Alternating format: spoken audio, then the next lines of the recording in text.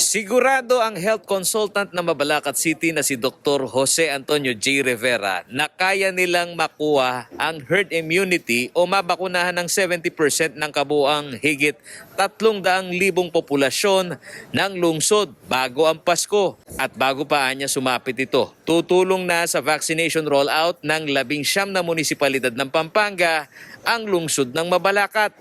Dito plano umano nila na magtayo ng walk-in vaccination sites. Gumagawa na kami ng mga hakbang for the next week. Gaya ng sinabi niya nung ating na-report sa kanya to, we would also like to help yung ating mga karatig na mga munisipyo. No?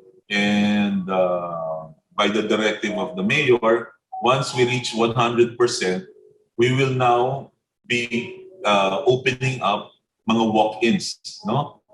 May cut-off o numbering system ang walk-in setup na itatalaga ng Mabalacat City Health Office. Bukod sa mega vaccination sites sa mga malalaking mall, plano rin umanong iposisyon ito sa accessible area gaya ng mga business district ng syudad. Ayon kay Dr. Rivera, pati na ang mga nagkaproblema sa master listing ay welcome dito.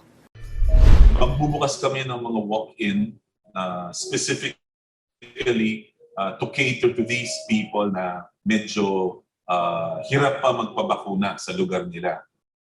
And at the same time, yung tinatawag nating mga kaunti na nawawala sa listahan, medyo nagkaroon ng aberya sa paglilista, pwede silang dumiretso doon at mababakunahan sila kagad.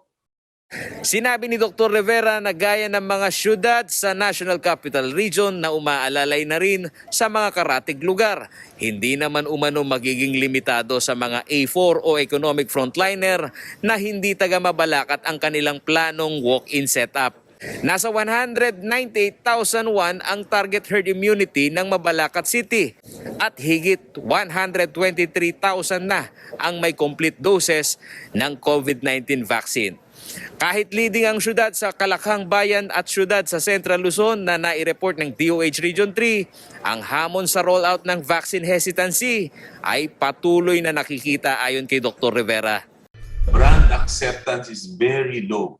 No, that is my first-hand experience. No, meron kaming 1,000 na nasa vaccination site. This is just last week. Nung nalaman nila yung brand, 400 umuwi. Nandun na sila.